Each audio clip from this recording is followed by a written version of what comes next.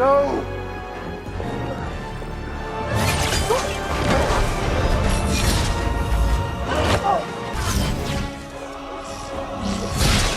Hola amigos, bienvenidos, yo soy Norman Torregrosa y el día de hoy, tuvimos el final de temporada de The Mandalorian. Un final, la verdad, muy sorprendente, y no porque hubiese cameos, no porque hubiese sacrificios. Un final porque se dedicaron a darnos eso, un mandaloriano, a darnos realmente la batalla por Mandalor, enfocarse a lo que son los mandalorianos, olvidar por momentos los Jedi, olvidar por un momento la nueva república, el resurgimiento del nuevo imperio. O sea, amigos, vimos un conflicto de mandalorianos. Y antes que nada, ya saben, voy a hablar con spoilers. Quiero agradecerles a todos el día de hoy fueron maravillosos, a todos los que nos siguieron, tanto en el vivo de la tarde junto a Alejo, como ahora en el vivo con Fefo. Muchas gracias a todos. Fueron dos vivos muy interesantes, muy importantes para mí. Saben perfectamente que este vivo del Mandaloriano lo veníamos semanas disfrutando la serie, y el episodio de hoy no nos dejó nada por ahí de decir creo que le faltó, tal vez no fue el final que esperábamos, ¿no? Al contrario, me gustó el que me equivoqué esta vez en muchas de las teorías, el que me equivoqué, el pensar que iban a haber cameos. Me encantó porque me sorprendió. O sea, hubo momentos de tensión, muchísima tensión. O sea, el momento en el que parecía que a Grogu lo iban a capturar estos guardias pretorianos, la verdad me causó terror. O sea, no saber qué iba a pasar con él. Ver a un Grogu tan enojado cuando están por matar a Din Djarin y él hacerle no, o sea, con su carita enojado, no. Y de cómo detiene a estos guardias con la fuerza. Ya anteriormente, en el mismo episodio, cuando cuando Din Djarin se está escapando de estos guardias con armaduras de Beskar, estos troopers, pues vemos cómo también de la nada aparece Grogu con la armadura, con este esqueleto, digamos, de la IG-12, y los detiene, ¿no? Y le dice justamente ahí con la maquinita, no. O sea, todos esos momentos para mí fueron emocionantes. El gran momento también de este droide, este R4D5, se robó por momentos el episodio. Recordar que de repente tenía toques como de Chopper, toques un poco como de Arturito, pero al final de cuentas también su propia esencia, ¿no? Porque es un droide medio temeroso, pero rompió sus miedos y ayudó a Din Djarin, ¿no? Lo salvó en los momentos más importantes, le ayudó a entrar a este lugar donde se encontraba justamente Moff Gideon. La batalla, muchos dicen que no hubo batalla en el espacio, pero sí hubo una batalla, digamos, a grandes alturas. El cómo los cazas salen volando para atacar a este crucero imperial ligero, como le llaman, versión light. Ver el sacrificio, prácticamente yo pensé que se iba a sacrificar, se iba a matar a Axe Wolf, pero me encantó el hecho de que al final logró salir, ¿no? Pero sí hizo hasta lo último por derrotar a los TIE Fighters, y al final de cuentas, también destruir esta base de Moff Gideon.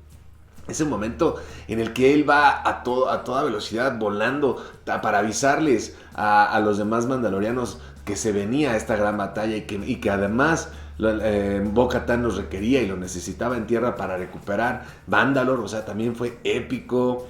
Por momentos me sentía en la película de Rocketeer. Para los más viejos como yo, entenderán, existía así un personaje estilo Iron Man, pero versión del 45, porque era de la época de la Segunda Guerra Mundial, con un casco impresionante, tipo el color del de la armera, con justamente atrás un jetpack como lo que usan aquí los mandalorianos. O sea, me trajo también grandes recuerdos eso, ¿no?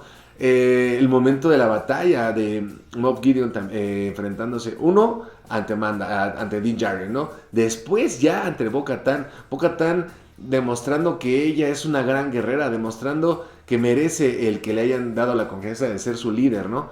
Me encantó el hecho de que le destrozara el sable negro y que aquí acabe eso, ¿no? En el sentido de no necesitas un sable para ser una merecedora, pues la líder del Mandalor, ¿no? La merecedora reina, si lo podemos ver de esa manera, ¿no? Ojo, para los que quieren seguir viendo el sable, existe la posibilidad de que hayan recuperado el mango, y recordar que ahí está la piedra de Kyber.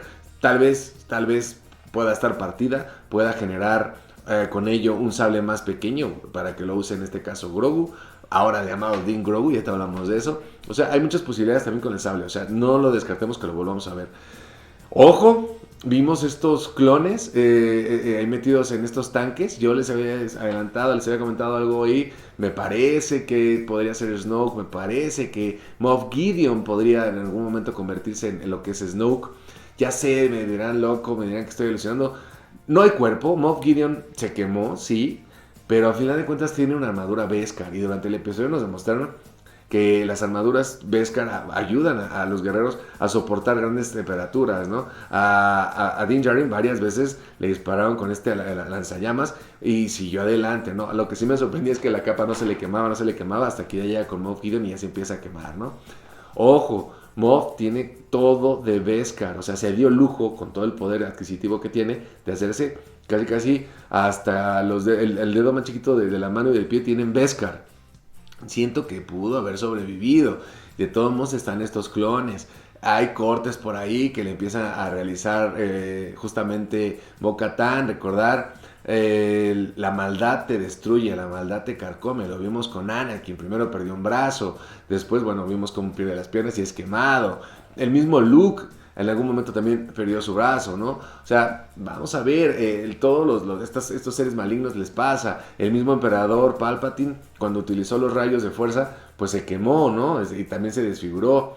No dudaría, insisto, que Snoke más adelante sea esa sorpresa, ¿no? Que es Moff Gideon. Y además, qué mejor manera ya de darle una historia a Gideon, bueno, a Snoke, que en las secuelas no se entendió o no se explicó como a grandes rasgos realmente quién era, ¿no? Para entender un poco de ello teníamos que ir a las novelas. Así que, qué mejor de conectarlo de eso, ¿no? Moff Gideon es el villano a vencer, o sea, va a volver. Así como hoy vimos el regreso, que se llama así el episodio, es el regreso a Mandalore, es el regreso de la fuerza donde ahora Grogu la domina más. Ese aprendizaje con Luke le sirvió, ya no termina agotado, desmayado o durmiéndose después de usar la fuerza. Ya se ve un Grogu pues más fuerte, se ve un Grogu como más, no sé, más despiertito, ya parece que ya va a hablar, o sea, ojo en ese tipo de cosas, ¿no? Ese momento en que los protege del fuego a Din Djarin y a Bo-Katan junto con él, fue hermoso, la música juega un papel también muy importante en este episodio. El ver que la posibilidad de hacer vida y que crezca la naturaleza es posible otra vez ahí en Mandalore, que eso le dé las esperanzas de que pueden realmente sí salvar su planeta, seguir adelante. El momento, como les decía, ¿no? La adopción de de Grogu. Antes vemos ya que terminan lo que no habían culminado en el primer episodio, el credo por parte del hijo de Paz Vizsla, Ragnar Vizsla, ya por fin es oficialmente un mandaloriano, toma el credo, insisto. Mando quiere, Din Djarin quiere que justamente también Grogu lo hagan mandaloriano, que inicie su juramento, pero bueno, como no habla, le explica a la Herrera que alguien tendría que tomar en su lugar, los papás, bla, bla, bla. Y es cuando, Din ama con todo corazón a Grogu y es cuando dice, yo voy a ser su padre, ¿no? Oficialmente, háganme su padre.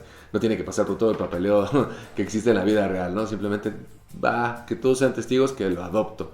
Hay un momento que en el que veo a Grogu volteando a ver a Bo-Katan y dije, a estar esperando que ella diga, yo voy a ser su mamá, ¿no? Pero bueno, no se llegó a tanto. Vemos como Grogu con la fuerza, él siente que en el agua hay algo, siente justamente que está el mitosaurio, tal vez realmente no sabe qué hay ahí, pero sabe que hay algo muy fuerte.